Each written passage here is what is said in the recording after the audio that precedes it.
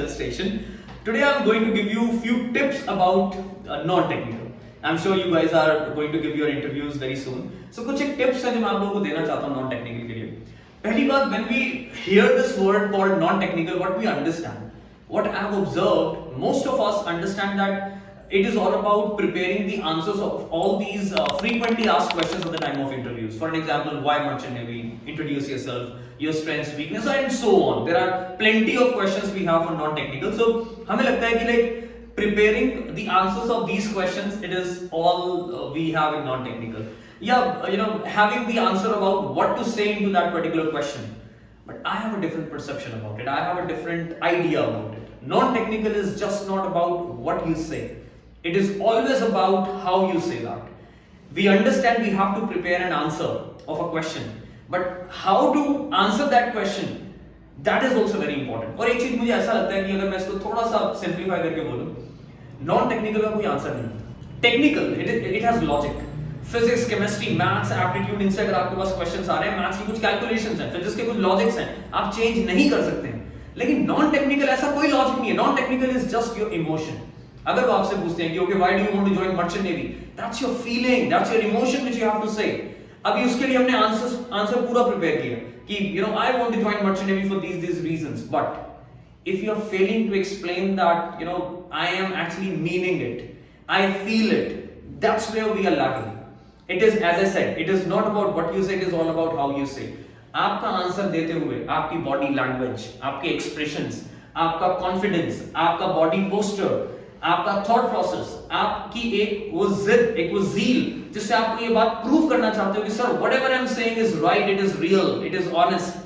That's what makes your answer a pretty much good answer for that. So I repeat, the very first step is, it is not about what you say all the time, it is all about how you say. That is the very first step.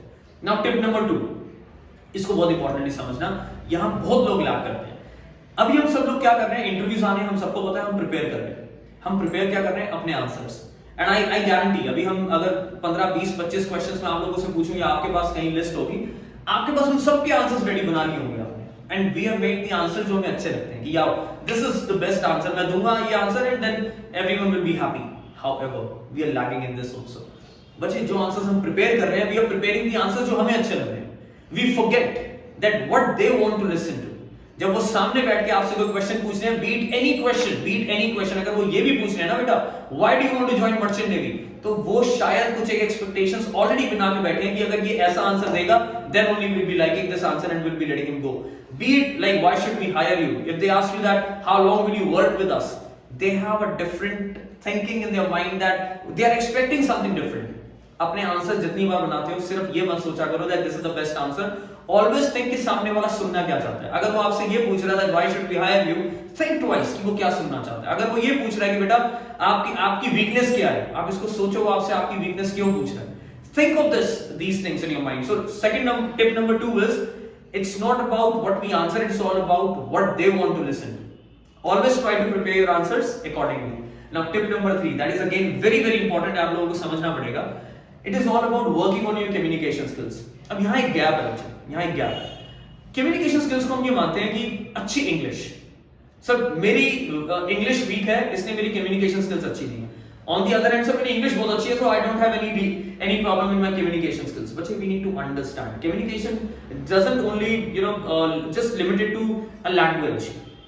अपनी बात को कहने का तरीका, अपनी बात को smartly, precisely, एक अच्छे तरीके से रख पाना, दैट इज कम्युनिकेशन. और वो नॉन वर्बल भी हो सकती है. आप बिना बोले भी अपनी बात समझा सकते हो. उसके लिए क्या रिक्वायरमेंट, अगर आप बिना बोले अपनी बात किसी को समझाना चाहते हो, वहां पे आपके जो चीजें मैटर करती हैं, that is your body language, your expressions, your thought process and your confidence that I am able to deliver it. I definitely deliver that. इन सब चीजों का कॉम्बिनेशन बनके एक चीज बनती है, that is communication skills. Language is just a part. Hindi, English, Punjabi और whatever language you know, it is just a way to communicate. But we have to work on to this. English के साथ साथ बेटा बहुत जरूरी है, आपको ग्रामर और इंग्लिश आनी, बोलने के लिए भी, लिखने के लिए बहुत जरूरी है. लेकिन you also need to work on that when you are answering, आपने जितना आंसर उसका प्रिपेयर किया है उसको अच्छे से कम्युनिकेट कर पाना, अपनी बात को सामने वाले के दिमाग तक डाल पाना कि yes what I am saying is right. That is also very important. तो इन 3 टिप्स पे आप काम करो, you will definitely see the difference in yourself. Answers आप बना ही रहे हो, मेहनत आप कर ही रहे हो. थोड़ी सी मेहनत इन चीजों के ऊपर भी करो, that it is also almost 78% of any particular, you know, when you speak, 70% of communication is based on these things. इस टॉपिक के ऊपर बहुत जल्दी मैं एक वीडियो बनाने वाला हूँ, जो स्टूडेंट मुझसे पढ़ के गए हैं, शायद they understand that how important this part is. Very soon I'm going to make videos and I assure you all, ये जो टॉपिक्स हैं बच्चे जिनके ऊपर अभी वीडियोस बनेंगी, ये आपको आपके सिर्फ इंटरव्यूज में नहीं, आपकी रियल लाइफ में बहुत काम आएगा. I assure you again. Just stay tuned with us. थोड़ी सी मेहनत अपनी तरफ से करो. आप किसी भी तरह के आंसर्स बना रहे हो उसमें ये सब तीनों टिप्स को फॉलो करो. YouTube चैनल के साथ कनेक्टेड रहो. आने वाली वीडियोस और अच्छी बनने वाली हैं आप लोगों के लिए. And I am hoping that वो सब वीडियोस आपके लिए बहुत काम आएंगी. If that happens, keep giving us wishes. And with this I would like to thank you all. Thank you so much. Thank you.